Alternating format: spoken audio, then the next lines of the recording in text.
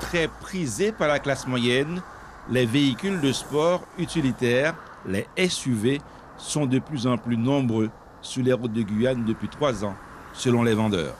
Les prix oscillent entre 20 000 et 80 000 euros. Les acheteurs les trouvent plus confortables, plus spacieux et plus robustes. Chez ce concessionnaire, longtemps spécialisé dans les utilitaires, la direction a dû revoir sa stratégie en proposant des SUV à ses clients. Une stratégie payante, puisqu'en 2019, l'enseigne a pratiquement doublé ses ventes avec 119 voitures écoulées contre 70 en 2017. Nous avons noté une augmentation sur 3 ans de 40% à peu près sur le chiffre d'affaires annuel. Et depuis 2-3 ans, nous nous sommes lancés justement dans le véhicule de tourisme, 2 marques phares asiatiques qui commencent à marcher très bien. Et justement, quand les chefs d'entreprise viennent acheter leurs utilitaires, camions, camionnettes, eh bien, automatiquement, ils se tournent vers nous pour acheter maintenant leurs véhicules de service et leurs véhicules de fonction. Chez cet importateur, on mise sur un marché de niche. Les voitures américaines sont réservées à une élite.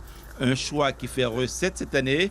15 voitures vendues en 2019, 3 de plus que l'an dernier. Les berlines ont fait leur temps en Guyane et on passe à des modèles un petit peu plus spacieux et tout-terrain. Pourquoi selon vous ?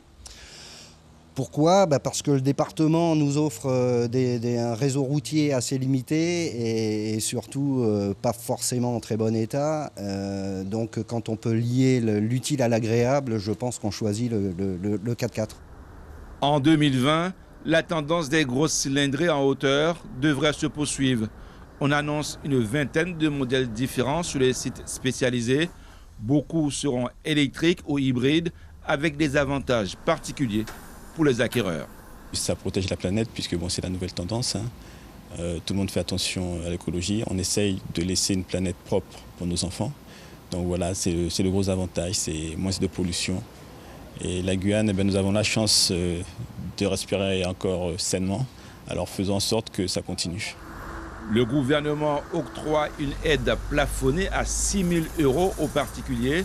Il veut favoriser l'acquisition de voitures moins polluantes sur l'ensemble du territoire.